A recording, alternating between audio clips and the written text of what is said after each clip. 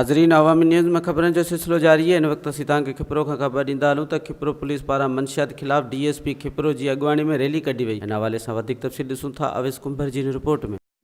खिपरो police पारां मंशियात के खिलाफ़ खिपरो थाने खां जागृता रैली कढी वई, जंहिंमें DSP खिपरो नज़र खोसो, SHO खिपरो अयाज़ कुरैशी, SHO खाई शरीफ़ जमाली, SHO पेरूमल अशरफ ज़रदारी ऐं ॿियनि शिरकत कई। पाण तव्हां ॾिठो आहे हीअ रैली असां हिकिड़ी कढी आहे मंशियात जे ख़िलाफ़, जेका ही तमामु ख़राबु शइ आहे। असां पंहिंजे हितां मीडिया जे थ्रू असां सभिनी पंहिंजे पब्लिक जे माण्हुनि खे सभिनी खे ऐं सिटी वारनि खे शहर जे सभिनी आवाम खे पंहिंजो चऊं था, जेका बि का बि मंशियात जी का बि ख़बरचार मिले असां सां शेयर कनि, लिखत में कनि, असां सां हर टाइम ते ऑफिस में मिलनि, जेका बि शइ आहे असां सां शेयर कनि, असां बिल्कुलु उनखे क्रेक डाउन कंदासीं, कई बि आहे कंदासीं सही इंशाअल्लाह ताला। मूंखे चंद ॾींहं थिया आहिनि ऐं अॼु मां पुलिस जी रैली कढी DSP साहिब जान ऐं पूरी मुंहिंजी सब डिवीज़न जेका दोस्त असांजा घर वारा SHO साहिब आहिनि उहे बि आया आहिनि, उन्हनि जी बि महिरबानी जन मुंहिंजे साथ में गॾु साथ ॾिनो। मां हिन मीडिया जे ज़रिए खिपरो जे अवाम, पूरे खिपरो जे तालुके जे अवाम, बल्कि पूरे सांगड़ जे अवाम, बल्कि पूरो जेको इहा इंसानियत जे ख़िलाफ़ु ॻाल्हियूं हलनि पियूं, सभिनी खे मां इहे मैसेज ॾियणु चाहियां थो त तव्हां निशानदेही कयो, तव्हां असांजो साथ ॾियो। असांजा नंबर आम आहिनि, असांजो नंबर ख़ासि न आहे, आम आहे। तव्हां असांजो साथ ॾियो, हिन जाइ ते हीअ शइ हले पई, हिन जाइ ते हीअ शइ हले पई। जॾहिं तव्हां अवाम असांजो साथ ॾींदो तॾहिं असां बिल्कुलु कामयाबु थी वेंदासीं।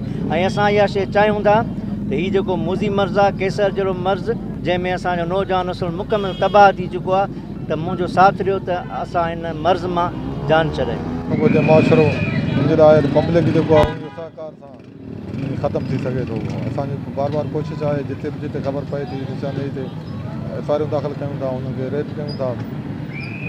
ये मंशियात के खिलाफ़ आहे। इन में असांजी इहो ई आहे त जेको पैगाम आहे, जागृता रैली आहे, इन में अवाम ऐं असांजो जेको आहे सो हिक ॿिए सां राब्तो हुजे।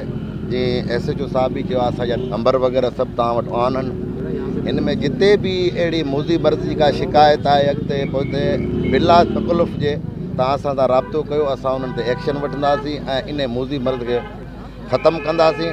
तमामु नौजवान नस्ल जेको आहे सो ॾींहों ब ॾींहुं वात जे मर्ज़ में, कैंसर जे मर्ज़ में, फिफड़नि जे मर्ज़ में इहो तबाह थींदो थो वञे। जेकॾहिं असां आवाम पुलिस सभु यकजता थी इन ते एक्शन वठंदासीं, इंशाअल्लाह ताला हिन मूज़ी मर्ज़ मां असांजी जान आज़ाद थी। इहो सिर्फ़ु इन करे बीठा आहियूं त अॼु असां वटि SHO अयाज़ अहमद कुरैशी साहब एंट्री थिया आहिनि, जिन्हनि मुंशियात जे ख़िलाफ़ु हिकिड़ी मुहिम हलाई आहे।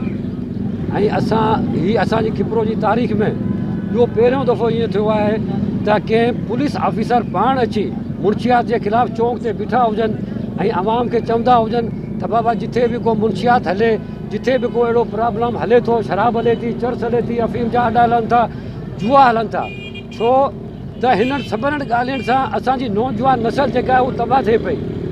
असांखे पाकिस्तान जो मुस्तक़बिल बचाइणो आहे त असांखे असांजी नौजवान नस्ल खे बचाइणो आहे।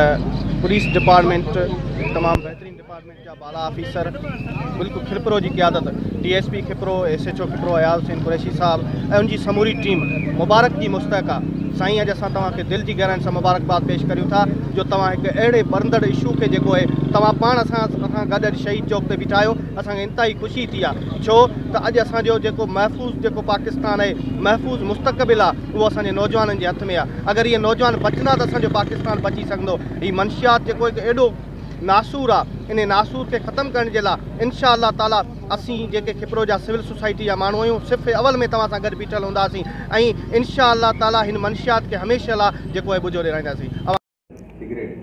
पुलिस ऑफिसरनि जो चवण त मंशियात जे ख़िलाफ़ु हू पंहिंजी हदनि में कार्रवाई कंदा, जॾहिं त समाजी अॻुवाणनि जो चवण त खिपरो पुलिस पारां अहिड़ी मंशियात जे ख़िलाफ़ु जागृता रैली मुआशरे में बहितरीनु पैगाम वेंदो।